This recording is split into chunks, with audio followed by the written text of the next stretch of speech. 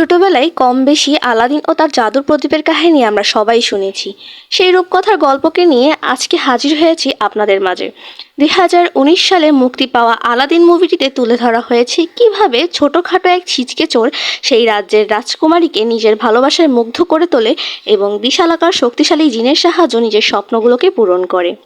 তো সময় নষ্ট না করে চলেন শুরু করা যাক। বন্ধুত্ব, ভালোবাসা, জাদু ও ক্ষমতার লোভ সবকিছু নিয়ে তৈরি হওয়া এই মুভিটি আলাদিন। তো গল্প শুরু হয় সাগরে বড় বড় জাহাজ দেখিয়ে। সেখানে একটি জাহাজকে দূর থেকে দেখছিল দুটি বাচ্চা। তখন তারা তাদের বাবাকে বলে, দেখো বাবা, কি বড় জাহাজ। তখন বাবা তাদেরকে বলে, সব বড় জিনিসই কিন্তু সুন্দর হয় না।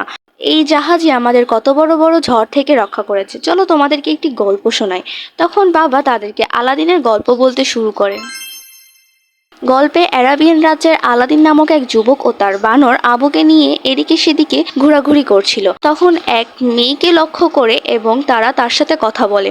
এরই মধ্যে আবু মেয়েটির দামি গহনা চুরি করে নেয়, কিন্তু মেয়েটি বুঝতেই পারে না। তারপর আলাদিন সেই চুরি করা হারটি বিক্রি করে কিছু খেজুর কেনে, আর সেগুলো গরিব বাচ্চাদের সাথে মিলেমিশে খেয়ে নেয়। এদিকে আমরা লক্ষ্য করি আলাদিন মানবতার ফেরিওয়ালা টাইপের চোর। অন্যদিকে অ্যারাবিয়ান রাজ্যের রাজকুমারী জেসমিন একই বাজারে ঘোরাঘুরি করছে রাজ্যের খোঁজ খবর নিতে। তখন জেসমিন লক্ষ্য করে দুজন বাচ্চা ছেলে ক্ষুধার্ত রয়েছে। এটা দেখে তার খুবই মায়া হয় এবং একটি দোকান থেকে দুটি রুটি নিয়ে ওই ছেলে দুটিকে দেয়। কিন্তু জেসমিনের কাছে কোনো টাকা না থাকায় সেই দোকানের মালিক জেসমিনের সাথে খারাপ ব্যবহার শুরু করে এবং তার ব্রেসলেট কেড়ে নেয় রুটির দাম হিসাবে। আর এই সব ঘটনা দূর থেকে দেখছিল আমাদের হিরো আলাদিন এবং দৌড়ে গিয়ে জেসমিনকে ছাড়িয়ে নিয়ে আসে। কৌশলে ব্রেসলেটটি চুরি করে নেয় দোকানির কাছ থেকে। এটা বুঝতে পারে দোকানি তাদের পেছনে দৌড়াতে থাকে এবং শুরু হয় চোর পুলিশের খেলা। অবশেষে দোকানির চোখ ফাঁকি দিয়ে আলাদিন ও জেসমিন পালাতে সক্ষম হয়। তারপর জেসমিনকে আলাদিন তার ঘরে নিয়ে আসে। আলাদিনের এই ভাঙাচোরা দালান থেকে দেখা যায় সুন্দর এই রাজ্য ও রাজ্যের রাজপ্রাসাদ। কিন্তু জেসমিন তার পরিচয় আলাদিন থেকে লুকিয়ে রাখে। সে তার নামটি বলে ডালিয়া। আলাদিন জেসমিনের হাতে থাকা ব্রেসলেটটি দেখে বুঝতে পারে এটা প্রাসাদের ভেতরের মানুষগুলো পরে। এ বিষয়ে আলাদিন জানতে চাইলে জেসমিন মিথ্যা বলে যে সে রাজকুমারীর দাসী হিসাবে কাজ করে এবং এটি তাকে রাজকুমারী দিয়েছে। এরই মধ্যে রাজার লোকজন আসলে জেসমিন সেখান থেকে যাওয়ার জন্য প্রস্তুত হয় এবং আলাদিনের কাছ থেকে ব্রেসলেটটি চাইলে অনেক খোঁজাখুঁজি করেও ব্রেসলেটটি খুঁজে পায় না সে। তখন জেসমিন আলাদিনকে ভুল বুঝতে শুরু করে এবং বলে, শেষমেশ আমার মায়ের দেওয়া শেষ স্মৃতিটাকেও তুমি চুরি করে নিলে। কিন্তু আলাদিন বলে, আমি চুরি করিনি। জেসমিন তার কোনো কথা না শুনে রাগ করে সেখান থেকে চলে যায়। আসলে আলাদিন ব্রেসলেটটি চুরি করেনি, এটা চুরি করেছিল তার সেই দুষ্ট বানর আবু, এবং এটা জানতে পেরে পরে আবুকে আলাদিন খুব বকাবকি করতে থাকে। এরপর আমাদের দেখানো হয় রাজপ্রাসাদের সুবিশাল ভিতরের দৃশ্য। এখানে রাজকুমারী জেসমিন রাজকীয় জামা পরে তার রুম থেকে বের হচ্ছে। রাজকুমারী জেসমিনের জন্য বিয়ের প্রস্তাব নিয়ে এসেছে অন্য এক রাজ্যের রাজকুমার। কিন্তু সেই বোকা রাজকুমারকে দেখে আমাদের সুন্দরী ও বুদ্ধিমতী রাজকুমারীর একটু পছন্দ হয়নি, তাই সে তাকে মুখের ওপর বিবাহের জন্য না করে দেয়। তারপরের দৃশ্যে রাজা এবং সেনাপতি জাফরকে দেখানো হয়, যেখানে সেনাপতি জাফর রাজাকে বোঝাচ্ছে পরবর্তী সুলতানকে আগে থেকেই ঠিক করে নিতে হবে। যেহেতু রাজার কোনো পুত্র সন্তান নেই, তাই রাজকুমারীকে যে বিয়ে করবে সেই হবে রাজ্যের পরবর্তী সুলতান। এই জাফর হচ্ছে এই গল্পের প্রধান ভিলেন আর গুটিবাজ এক লোক। জাফর সবসময় রাজ্যের প্রধান সুলতান হতে চায়, আর জাফর কিন্তু কোনো সাধারণ মানুষ নয়। সে রাজ্যের সুলতান হওয়ার জন্য জাদুর এক প্রদীপের সন্ধান করছে, যার ভেতরে রয়েছে অসীম ক্ষমতাধারী এক সুবিশাল জিন। শয়তান এই জাফর জিনের সাহায্য পুরো পৃথিবী রাজত্ব করতে যায়। কিন্তু এই প্রদীপটি রয়েছে জাদুকরী এক গুহার ভিতরে, যেখানে শুধু সেই মানুষই প্রবেশ করতে পারবে যার হৃদয় একেবারে হীরার মতো স্বচ্ছ। এখানে আবার একটি তোতা পাখিকে দেখানো হয়, যেটা ছিল জাফরের খুবই বিশ্বস্ত পাখি, যার নাম ছিল ইয়াগো, যে সবসময় খবর বার্তা এনে দিত জাফরকে। এছাড়া জাফরের হাতে থাকা সাপের মতো দেখতে লাঠিটা ছিল বিশেষ ক্ষমতাধারী লাঠি, যাকে দিয়ে সহজে যে কাউকে হিপনোটাইজ করা যায়, যেটা দিয়ে জাফর সুলতানকে বশ করতে চেয়েছিল এবং জেসমিনের মায়ের রাজ্য শিরাবাদে হামলা করার অনুমতি বাটপারি করে নিয়ে নিতে চেয়েছিল। কিন্তু সেই সময় জেসমিন চলে আসে এবং সুলতানের হুঁশ ফিরে পায়। জেসমিন তার বাবাকে জানায় যে সে রাজ্যের পরবর্তী শাসনকর্তা হতে চায় এবং রাজ্যের সিংহাসনে বসতে চায়। কিন্তু অ্যারাবিয়ান রাজ্যের নিয়ম যে সিংহাসনে কোনো মেয়ে বসতে পারবে না, তাই রাজা রাজকুমারীকে বিয়ে করে নিতে বলে। তবে জেসমিন বাবার কথার উপর রাগ করে সেখান থেকে চলে যায়। এদিকে দেখা যায় আলাদিন জেসমিনকে তার ব্রেসলেটটি ফিরিয়ে দেওয়ার জন্য নানা রকম কারসাজি ও ছদ্মবেশ ধারণ করে প্রাসাদে ঢুকে পড়েছে। জেসমিন আলাদিনকে দেখে অবাক হয়ে যায়, কারণ শত শত দারোয়ানের চোখ ফাঁকি দিয়ে এখানে আসা একেবারেই অসম্ভব। তখন জেসমিন বুঝতে পারে যে আলাদিন কোনো সাধারণ চোর না। আলাদিন রাজকুমারীর ঘরে ঢুকে গল্পগুজব শুরু করে দেয়, চান্স পেলেই মেয়ে পটানোর ধান্দা আর কি। কিন্তু এখানে জেসমিন তাকে মিথ্যা বলে যে সে কোনো রাজকুমারী না। এখানে জেসমিন তার দাসীকে রাজকুমারী ও নিজেকে দাসী বলে অভিনয় করতে থাকে। আর এদিকে জাফরের চামচা ইয়াগো সবকিছু দেখে উড়ে গিয়ে জাফরকে জানাতে চলে যায়। আর এইদিকে আমাদের আলাদিন মনের অজান্তেই জেসমিনকে ভালোবেসে ফেলেছিল, কিন্তু জেসমিন যে রাজ্যের রাজকুমারী সেটা সে জানেই না। দেখা যায় আলাদিন জেসমিনের চুল থেকে একটি হেয়ার ব্যান্ড খুলে নেয়, আগামীকাল ফেরত দেওয়ার ছলনায় জেসমিনকে আবারও দেখার জন্য।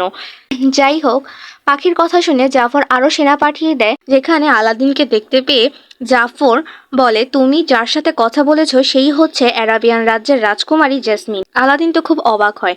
তখন আবার জাফর বলে ওঠে, তুমি যে তাকে পছন্দ করো তা আমি জানি, কিন্তু তুমি তো একটি সাধারণ চোর মাত্র। তবে আমি তোমাকে সাহায্য করতে পারি যদি তুমি আমার ছোট একটা কাজে সাহায্য করে দাও। যদি তুমি কাজটি করতে পারো তাহলে প্রাসাদ সহ পুরো রাজ্যের মালিক হয়ে যেতে পারবে। কোনো উপায় না পেয়ে আলাদিনও প্রস্তাবে রাজি হয়ে যায়। জাফর তাকে নিয়ে যায় সেই জাদুর গুহার সামনে, যার ভিতরে ছিল জাদুর প্রদীপটি। আসলে জাফর বহু চেষ্টা করেছিল গুহার ভেতর থেকে প্রদীপটি নেওয়ার জন্য, কিন্তু সে প্রত্যেকবারই ব্যর্থ হয়েছে, কারণ গুহার ভেতরে এত এত সম্পদ ছিল যে কেউ তার লোভ সামলাতে না পেরে সেখানেই মরে যায়। শেষমেশ জাফর আলাদিনকে গুহার ভেতরে মণি মুক্তা হীরা জহরত দিয়ে সাবধানে থাকার কথা বলে এবং তাকে গন্তব্যে রওনা হতে দেয়। এরপর জাদুর প্রদীপের উদ্দেশ্য আলাদিন ও আবু গুহার ভেতরে প্রবেশ করে, যার মধ্যে ছিল অঢেল মণি মুক্তা হীরা জহরত। কিন্তু আলাদিন তার লোভ সংবরণ করতে সক্ষম হয়েছিল। সেখানে আলাদিন মানুষের মতো ইঙ্গিত করতে পারা এক জাদুর কার্পেট দেখতে পায়, যেটা একটি পাথরের নিচে চাপা পড়েছিল। আলাদিন কার্পেটটিকে সাহায্য করে এবং কার্পেটটি আকাশে সাই করে উড়ে যায় নিমিষে। তার মানে কার্পেটটি উঠতে পারে। যাই হোক, নানা বিপত্তি পেরিয়ে সেই প্রদীপের কাছে পৌঁছায় আলাদিন। আলাদিনের পায়ে লেগে একটি লাল হীরা পড়ে যায় আবুর সামনে। চকচকে এই লাল হীরা দেখে আবু লোভ সামলাতে না পেরে হীরাটি তুলে নেয় এবং চারদিকে শুরু হয় লাভার তাণ্ডব। তবে এরই মধ্যে আলাদিন প্রদীপটি সংগ্রহ করতে পেরেছিল। গুহা ভাঙতে শুরু হলে জাদুর কার্পেটটি এসে আলাদিনকে রক্ষা করে নেয়।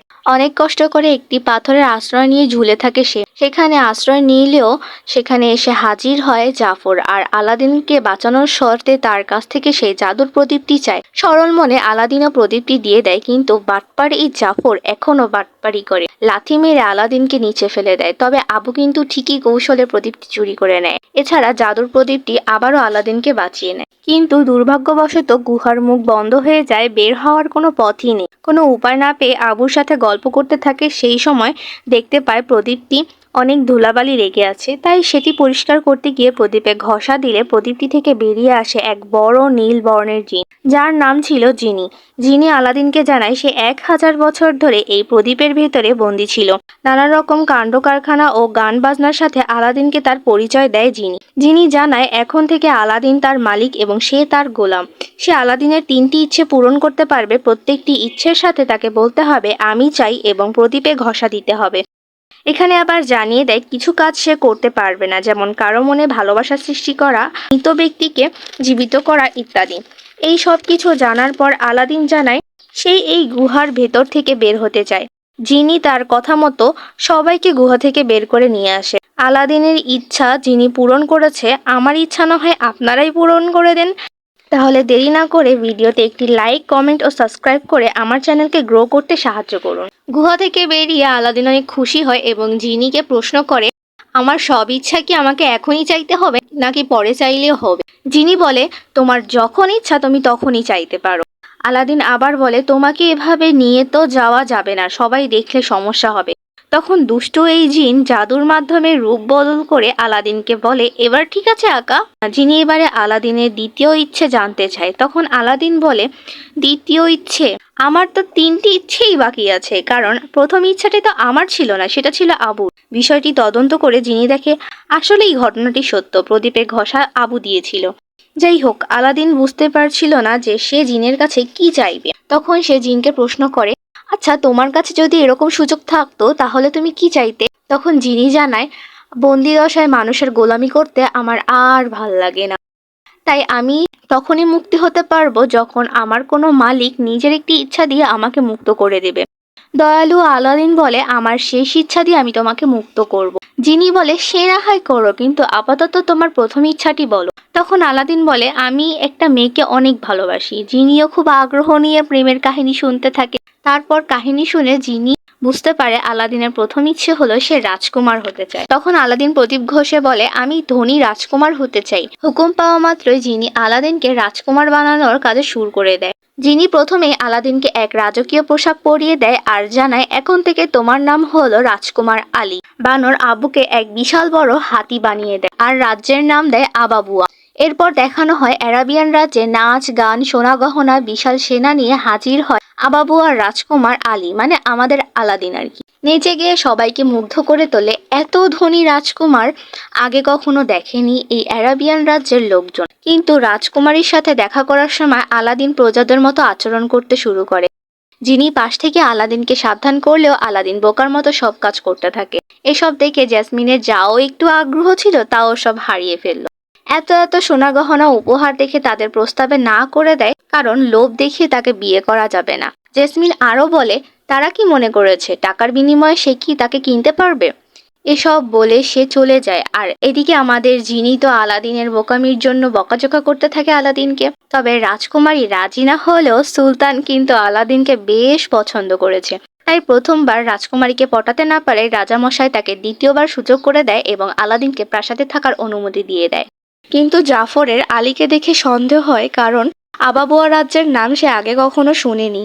রাতে প্রাসাদে পার্টির আয়োজন করা হয়। এখানেও কিন্তু জাফর তার শয়তানি মাথা খাটিয়ে লাঠি দিয়ে তাকে সম্মোহিত করার চেষ্টা করছিল। তখনই জিনি এসে আলাদিনকে সেখান থেকে নিয়ে যায় এবং আলাদিনকে বলে রাজকুমারীর সাথে ডান্স করার জন্য।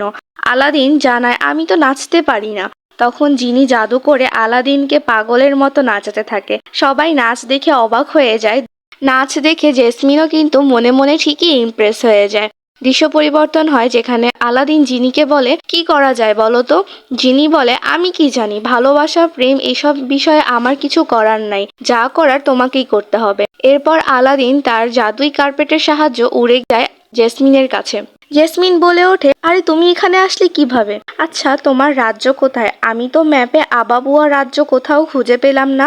আলাদিন তখন ম্যাপটা হাতে নিয়ে মনে মনে জিনিকে ম্যাপে আবাবুয়া রাজ্য এঁকে দিতে বলে। আর জিনিও আলাদিনের কথা মতো কাজ করে দেয়। জেসমিন অবাক হয়, বলে, এত খুঁজলাম কিন্তু পেলাম না আমি। এরপর আলাদিন জেসমিনকে নিজের জাদুর কার্পেট দেখায় এবং তার সাথে উড়ে রাজ্য দেখার প্রস্তাব জানায়। আলাদিনের প্রস্তাবে জেসমিনও রাজি হয়ে যায় এবং দুজনে মিলে ভেসে ভেসে অ্যারাবিয়ান রাজ্যের সৌন্দর্য উপভোগ করতে থাকে। বুদ্ধিমতী জেসমিন আলাদিনের হাবভাব দেখে ঠিকই বুঝতে পেরেছিল যে এটা আলী না আলাদিন, কিন্তু আলাদিন এখানে আবারও মিথ্যা কথা বলে যে সে রাজ্যের খোঁজ খবর নেওয়ার জন্য পরিচয় গোপন করে এখানে অনেক দিন ধরে ছিল। জেসমিন ও সোজা মনে আলাদিনের কথা বিশ্বাস করে নেয় এবং শুরু হয় সুন্দর এক ভালোবাসার মুহূর্ত। কিন্তু এখানে ছিল সেই জাফরের চামচা ইয়াগো। প্রতিবারের মতো এবারও সব গিয়ে জাফরকে বলে দেয়। পরের দিন সকালে আলাদিনকে আটক করে জাফর এবং সে বুঝে যায় যে আলাদিনের সব কর্মকাণ্ড সে জিনের মাধ্যমেই করছে। আর তাই মনের সন্দেহ যাচাই করতে জাফর আলাদিনের হাত পা বেঁধে পানিতে ফেলে দেয়। আসলেই আলাদিনের কাছে সেই জিন আছে কিনা তা জানার জন্য জাফর এই খেলাটি খেলে। আলাদিন পানিতে পড়ে গিয়ে ডুবতে থাকলে আবু বুদ্ধি করে প্রদীপটি পানিতে ফেলে দেয় আলাদিনের কাছে।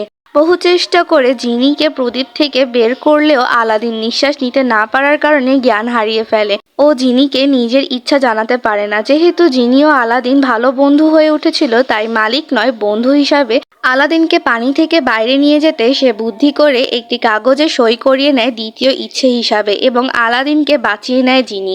আলাদিনের হুঁশ ফিরলে জিনি জানায়, তোমাকে বাঁচানোর জন্য তোমার দ্বিতীয় ইচ্ছে নষ্ট করার জন্য আমি দুঃখিত।